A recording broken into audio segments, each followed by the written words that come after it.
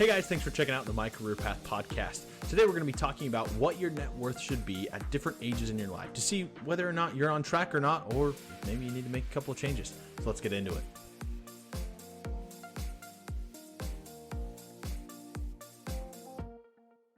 So one of the first things we need to do is define what net worth is. And net worth is simply your assets minus your liabilities. So basically what you own that has any value minus what you owe. So some example of something that you might own is like your house, your savings, your checking account, your vintage Pokemon card collection, things that you could easily sell to basically make cash. Whereas your liabilities are anything you owe. So that would be like your mortgage, your car payment, credit card as well. So anything that you owe people other money, that counts as a liability. So basically you add up everything that you have that you own, subtract what you owe, and that's how you get your net worth. So as we're going through the different examples, just want to make sure that you guys understand how to actually calculate that. And I'll provide a couple of different resources as we go along that you can use to actually calculate your net worth. So this is another tool and resource that you guys can use to actually figure out what your net worth is. This one I'm using is from NerdWallet. I know Ramsey Solution has one as well, but it's basically a net worth calculator. So it'll go through, ask you different questions about your checking, saving, retirement, and how much you have left on your student loans and whatnot. And so this is kind of a faux account that I just set up. Just to kind of show you how it works. So in the checking account, I have about $700. My savings, I've got $15,000, just a little bit of an emergency fund. My retirement, I've been matching that with our company's 401k. And so I've been doing that for the last several years. So that's kind of had time to build up, and it's starting to do a little bit better now that the economy is kind of turning up. So I'm hoping that continues to do well. Real estate, hey, we just bought a house. So we just got a house for, pretty good deal. We now have $275,000 in real estate. That's feeling great. And we just got 2 new cars as well with a promotion I just got at work. So everything's kind of looking up. If you were to add all of those assets up, our net worth, if we didn't have any liabilities, would be about $300,000, which is honestly pretty awesome, especially for me and my age. But when we start to look at the liabilities and what we actually owe, kind of paints a different picture. As you can see here, our mortgage is actually only $250,000. We only had about $25,000 to actually put as a down payment on a house. Credit card debt, we've been kind of using that to pay off our bills. We like getting the reward points for Christmas at the end of the year. We don't actually owe anybody any money as far as friends and family, so that's good at least. But we're still working on paying student loans. As my wife and I both went to college, and we're working on getting that paid off. And like I said, we just got 2 new cars at a pretty reasonable price, but we still owe about $6,500. And especially with any of these loans or liabilities, there's interest. And so even though our net worth still kind of calculates out to be about $20,000, with interest, it's going to be a lot harder to grow that in return. So there's just a couple of tools for you guys to actually use. Again, this isn't actually what my financial setup looks like. It's a little bit better than that, not a whole lot, but just to help you guys give an idea of kind of what this looks like. And hopefully you guys can figure out what your own net worth is using the tools down below. I'll make sure to link the 2 net worth calculators, one by Ramsey and one on NerdWallet, down below in the description. So make sure to check those out. So here's an article from NerdWallet that kind of goes over the average net worth by age. And NerdWallet is just a fantastic resource. You'll hear me reference them a lot along with Ramsey Solutions, just about kind of understanding where we are financially. I think it just helps out a ton. So kind of going down here to the graph, it shows less than 35 what your median and average net worth would be. And then kind of every 10 years after that shows where you should be on average.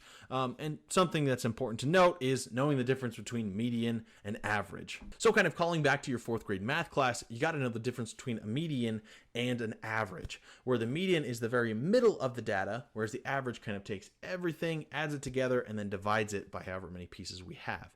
And in the case of this graph from NerdWallet, it's probably more important that we go with the median net worth compared to the average, probably because there's a couple of outliers that are really pulling that average up, where the average net worth is $183,500 compared to the median, which is $39,000, meaning that there's a couple of people who are doing incredibly well, making a lot of money. And if that's you, hey, you're doing awesome.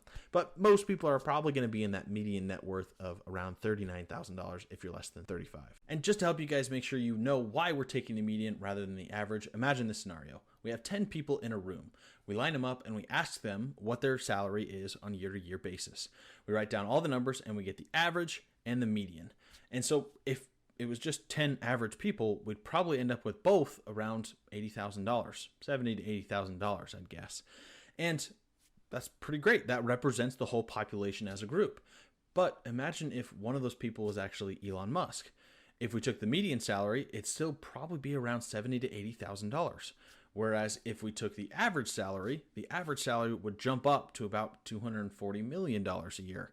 And so you kind of have to see which one best represents the whole population, all 10 people, the median or the average. And in the terms of salary and whatnot, we probably have a couple of outliers that are really pulling that average up, whereas the median is going to be a greater representation of what the overall population would look like. So just kind of going over this chart, if you're younger than 35, the median net worth is about $39,000, whereas if you're between 35 and 44, median net worth is about $135,600, 45 and 54, $247,200, 55 to 64, $364,500, 65 to 74, $409,900, and 75 or older, $335,600. And it's probably worth pointing out that between the ages of 65 and 74 and kind of going into 75 and older, you're probably enjoying retirement, which your net worth is typically going to go down as you're probably not making as much and you're probably spending a little bit more, but hopefully you have a big enough nest egg that can kind of take you into your older years. So another really important factor in determining your net worth is actually knowing what your median salary should be. That'll help you kind of gauge where you are and whether or not you might need to make a change or start doing something else to get your net worth a little bit higher. So here's another graph from the U.S. Bureau of Labor Statistics that show the median earnings by age in the United States. And so kind of breaking it down again, median is probably going to represent the population on a greater scale, where if you're in New York or one of the more populated areas, you'll probably be earning a little bit more, but your expenses might be a little bit higher, and that might offset it. So from 16 to 19, the annual wage is about $31,772. 20 to 24 years old, $38,324. 25 to 34, $52,936. 35 to 44, $63,596. 45 to 54, $64,428.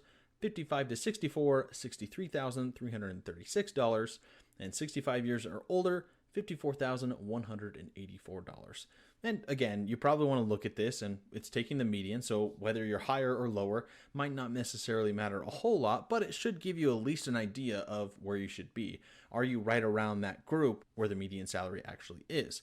And if you are, great. Then we just need to look at ways to actually decrease liabilities or increase assets. And that's an easy way that we can actually increase our net worth. So now that we know kind of where the goalposts are, we just need to figure out, how do we get there?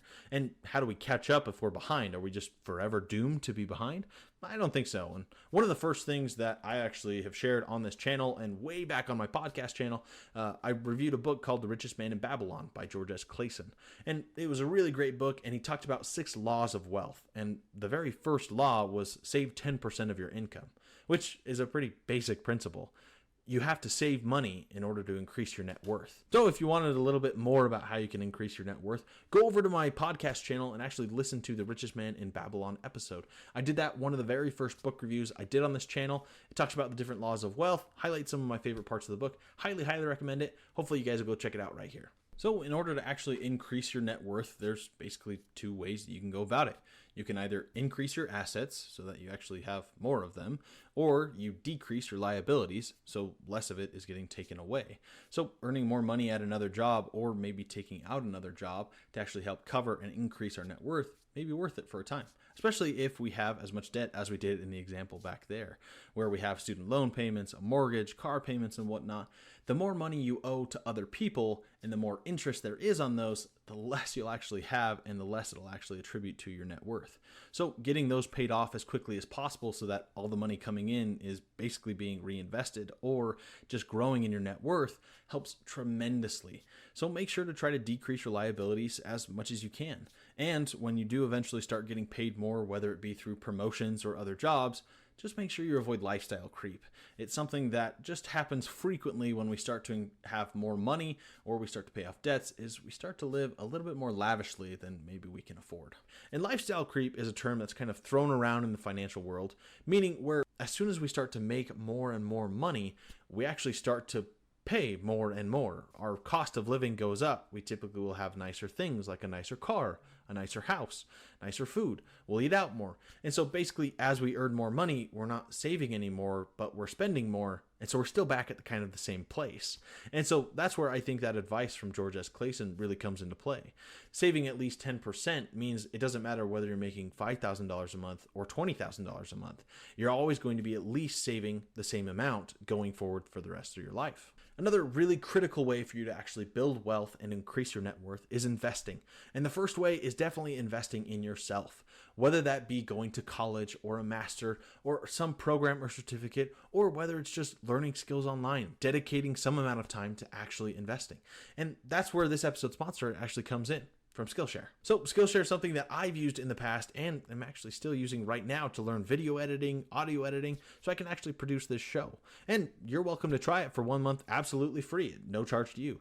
Use the code MyCareerPathFree, that's all lowercase, no spaces, and you can get the first month of Skillshare absolutely free. And when you do decide to actually stick with it and go for a whole year, use the code MyCareerPath30, that's MyCareerPath30, to get 30% off your first year. And so it's just critical that we continue learning, and we're always learning throughout our life, because investing in ourselves is some of the best ways that we can actually improve our net worth. And of course, another way is just investing in the stock market or investing into mutual funds or 401ks or Roth IRAs, just making sure that your money is actually working for you.